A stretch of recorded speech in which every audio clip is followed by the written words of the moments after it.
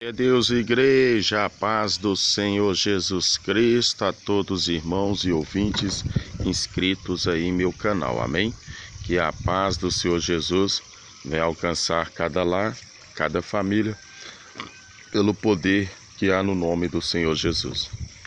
A palavra de Deus fala bem claro: a minha paz vos dou, e a paz que eu vos dou, o mundo não conhece, né, irmãos? Porque o mundo não conhece a paz que o Senhor Jesus nos dá. Porque essa paz que ele está relatando não é a paz do cessar-fogo, não é a paz entre as facções criminosas, não é a paz anunciada pelo governo, né? Não é um cessar-fogo entre uma nação e outra. A paz que o Senhor Jesus nos dá, ela não é uma paz que depende do sistema governamental, do sistema religioso. Ela não depende, né, irmãos, das facções criminosas. A paz que o Senhor Jesus nos dá, ela não vem do nosso patrão, ela não vem da nossa esposa, de nossos filhos. Essa paz, ela é semeada no interior da nossa vida, da nossa alma, no interior do nosso coração, e se expande por todo o corpo, alcançando pensamentos. Ou seja, quando nós estamos em Cristo Jesus, nós temos pensamentos de paz a respeito das pessoas, assim como o Senhor Deus também tem. A palavra de Deus afirma dizendo que pensamentos de paz tenho eu para convosco e não de mal. Ou seja, o que Deus nos deseja é o bem, mas se nós não andar de acordo com a vontade de Deus, né, sobre nós virá o mal. Então, amados irmãos e queridos ouvintes, a paz que o Senhor Jesus nos dá é uma paz que 1000 cai ao nosso lado e 10.000 à nossa direita, e nós não seremos atingidos por mal algum. A paz que o Senhor Jesus nos dá, como ele disse ao profeta Ezequiel, no capítulo 2, eis que eu vos sei que vós habita entre serpentes e escorpiões, mas não os temas. Ou seja, você pode morar entre cobras peçonhentas, né? A sua vizinhança pode ser uma vizinhança falsa, né? As pessoas que te cercam podem tentar te picar, te derrubar, te ferir o tempo todo, mas você não precisa de temê-los, porque maior é o que está em vosco do que os que estão com eles, amém? Vou deixar aqui uma palavra de meditação para toda a igreja, para todos os irmãos, pois estou aguardando o técnico retornar aqui para poder melhorar o meu computador, né? Que aquelas lives eu faço no computador, amém? Então vamos aqui, igreja. Abram comigo aí a tua Bíblia em Isaías capítulo 1, versículo 16 a seguir. Olha o que o Espírito Santo de Deus fala, igreja. Lavai vós, purificai vós, tirai a maldade de vossos atos de diante dos meus olhos, cessai de fazer o mal, aprendei a fazer o bem, praticai o que é reto, ajudai o oprimido, fazei justiça ao órfão, tratai da causa das viúvas. Vinde então e ergue-me, diz o Senhor. Ainda que os vossos pecados sejam como escarlata, eles se tornarão brancos como a neve. Ainda que sejam vermelhos como o carmesim, tornarão como branca lã. Se quiserdes e ouvirdes, comereis o bem desta terra. Mas se recusardes e fordes rebeldes, sereis devorado à espada, porque a boca do Senhor o disse. Glória a Deus. Irmãos, que palavra maravilhosa, né, igreja? Que palavra linda. Toda palavra inscrita nas Santas Escrituras são divinamente inspiradas pelo Espírito Santo. Isso todos nós sabemos, né? Ou creio que todos nós sabemos. Mas, irmãos, quando nós meditamos aqui nesta palavra, nós podemos entender que o Senhor Deus, ele está convidando uma nação pecadora, uma nação, né, irmãos, maldosa. Ele está convidando homens sanguinários, homicidas, né? Homens, amados irmãos, sem sentimentos, homens frios. Ele está chamando ali um povo que vive em orgias, um povo que vive em práticas de prostituição. Ele está ali convidando um povo que vive na libertinagem. Ele está ali convidando um povo que vive preso na idolatria, a se converter dos seus maus caminhos, a se arrepender dos seus maus caminhos, abandonar os seus maus caminhos e entrar pelo caminho reto, pelo caminho estreito, da porta estreita, apertada. E ali, amados irmãos, ele fala bem claro: se ouvirdes a minha voz e obedecerdes os meus mandamentos, comereis o melhor dessa terra. E é incrível porque Deus oferece perdão para os homens sanguinários. A misericórdia dele é tão grande, irmãos. O amor dele é tão grande para aqueles que se arrependem, que se o homem vier se arrepender, ele está disposto a perdoar os pecados sanguinários dele. Às vezes o homem pode ser até um genocida. Às vezes o homem, amados irmãos, pode ser um homicida, um homem sanguinário, um homem vil, um homem temido em meio à sociedade. Mas só que se aquele homem, amados irmãos, se arrepender de seus pecados, ele perdoa os pecados daquele homem imediato. E a Bíblia fala que ele os torna mais branco do que a alva lã, mais brancos do que a neve. Ainda que os pecados deles sejam de sangue, seja um pecado vermelho, manchado. Já viu aquela pessoa sanguinária aí na vila onde você mora, no bairro onde você mora? Aquela pessoa destemida, aquela pessoa que você já viu ali arrancando a vida alheia ali com maior frieza e depois vai para um bar comemorar? Pois é, aquele homem também está sujeito a ser perdoado por Deus. Já viu aquela mãe que tira a vida da própria filha, do próprio filho? Para nós não teria perdão, mas sabia que para Deus tem, porque a Bíblia fala: o que é impossível aos homens é possível a Deus. Já viu o pedófilo, o estuprador? Para a sociedade ele não tem perdão. Para a sociedade, no lugar igual este que eu moro, se ele for pego, ele é linchado, esquartejado, queimado até vivo. Mas para o Senhor há perdão para a alma dele. Todo pecado tem perdão, senão a blasfêmia. Todo aquele que se arrepende alcança a misericórdia de Deus. Todo aquele que invoca o santo nome do Senhor Jesus com arrependimento no coração alcança a misericórdia. A Bíblia fala, o Senhor Jesus fala bem claro, que se nós ouvir a palavra dele, obedecer os mandamentos dele, nós seremos chamados de filho, nós seremos chamados de irmãos, nós seremos chamados de mãe, de pai, porque ele falou: essa é a minha família. A minha família são todos aqueles que fazem a vontade do meu Pai. E qual é a vontade de Deus, igreja? A vontade de Deus é que nós amemos a Ele de todo o nosso sentimento, de todos os nossos pensamentos, de toda a nossa força, de todo o nosso coração, né?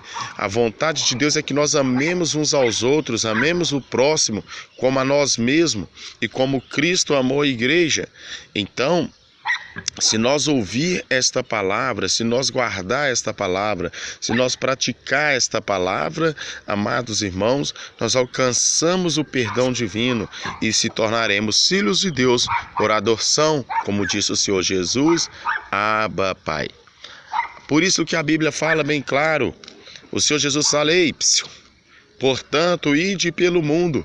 As últimas instruções dele aos discípulos: ei, portanto, ide pelo mundo e anunciai o evangelho a todo povo e a toda criatura. E todos quantos creem em mim e forem batizados serão salvos, assim diz o Senhor. Mas todos aqueles que não creem já estão condenados. E olha bem, viu? E estes sinais seguirão os que creem. Em meu nome porá a mão sobre os enfermos e eles serão curados. E em meu nome porá a mão sobre os endemoniados e serão libertos e falarão novas línguas. Então, o Senhor Jesus, amados irmãos, ele fala bem claro: em todo aquele que crer em mim, crer, né? Não como o Tiago falou: ei, se tu creres em Deus, fazes bem. Mas se tu creres e não obedecesse, se assemelha a Satanás, porque ele crê que estremece, mas também não obedece. Então nós entendemos bem claro, amados irmãos, lendo todo o contexto bíblico, que esse crer que Jesus fala para a salvação, esse crer que o Senhor Jesus fala para se tornar amado de Deus, não é o crer, acreditar que existe um ser celeste no céu. Não, ele está falando crer, quer dizer o praticar da palavra. Irmãos, se eu acredito no médico, quando o médico me dá uma receita, eu vou tomar aquele medicamento de acordo com o médico está me receituando. Se eu creio na justiça, né, irmãos? Se eu creio na justiça, eu vou acatar os conselhos do meu advogado e vou me portar diante do juiz segundo as instruções do meu advogado, porque ele assim me instruiu. Se eu creio, amados irmãos e ouvintes, na política, eu vou votar naquele candidato ali porque eu vou acreditar nas propostas dele. Então eu vou me portar de acordo com as propostas dele. Se eu creio na minha esposa, acredito na minha esposa, eu vou seguir os conselhos dela. Então, se eu acredito em alguém, né, irmãos, eu vou praticar aquilo que ela instrui. Porque se eu não praticar o que ela instrui, eu me assemelho a Satanás. Ele sabe a verdade, conhece a verdade, mas vive a mentira. E ele não consegue mais viver a verdade. Então, um homem que crê, fala, eu creio em Deus, eu creio, mas não pratica o que Deus instrui, ele se assemelha a Satanás, ele está se rebelando. Não, eu creio que a verdade existe, mas estou vivendo a mentira. Então, ou seja, que tem de mais nisso? Fica igual a Satanás. Satanás conhece a verdade, ele crê na verdade, mas ele não obedece, né, irmãos? E você, minha irmã? E você, meu irmão? Você crê e obedece? Então, Jesus está falando que todos aqueles que creem em mim e forem batizados, é isso. Porque se você crê em Jesus, você vai seguir as instruções dele. Quando eu acredito numa pessoa, eu vou fazer o que ela fala, o que ela manda, o que ela pede. Se eu acredito numa pessoa, eu estou correndo no meio do mato e ele fala, Marcinho, vira que tem um buraco aqui na frente, eu vou virar e vou andar no caminho que ele me mostrar, irmãos. Se eu acredito numa pessoa, eu vou pedir ela uma informação, ela vai falar, não, você vai passar pela rua tal, virar a rua tal, entrar na avenida tal, pegar a BR, e depois de 20 quarteirão você vai virar à direita, e aí? Eu vou andar no caminho que ela me instruiu, porque eu acredito nela. Agora, se eu não acredito nela, ela vai me passar aquele monte de instruções, mas eu vou procurar outros meios para me chegar na onde eu quero, porque eu não acredito no que ela falou. Ela não me passou firmeza, não me passou confiança. Então, limpai as vossas mãos, pecadores, abandonai as vossas maldades, purificai os vossos corações, vinde para Deus, porque Ele é grandioso em perdoar, amém? Essa é a mensagem que o Senhor Jesus tem nessa manhã. Não importa o que você já fez no passado, meu irmão, não importa, passado é passado, presente é presente, como se disse, se passado fosse bom, seria presente, mas o passado não é bom. Né, irmãos? O passado do homem geralmente está manchado por mágoas. Ontem estava conversando com as jovens próximo à minha loja ali, e uma delas falou assim, mas peraí, né, se quem vai para o inferno, tá falando com ela que quem vai para o inferno, ela pensou que só no dia do julgamento, ela pensou que tem alma vagando, né, porque foi 2 jovens executados aqui nas mediações próximas aqui essa semana. E ali ela falando, né, aí eu brinquei, eu falei, ó, se algum morto vir aqui, aliás, eu falei, ó, se a pessoa vir aqui enquanto tá vivo, tudo bem, mas depois de morto, não precisa nem de procurar, não. Aí não, brincando. Aí ela pegou e falou assim, mas eles vêm, eles passam aí direto. Eu falei, não vem, não. Ela passa, as pessoas que estão mortas ficam vagando pelo mundo, tem uns que ficam. Eu falei, não existe isso não, filha.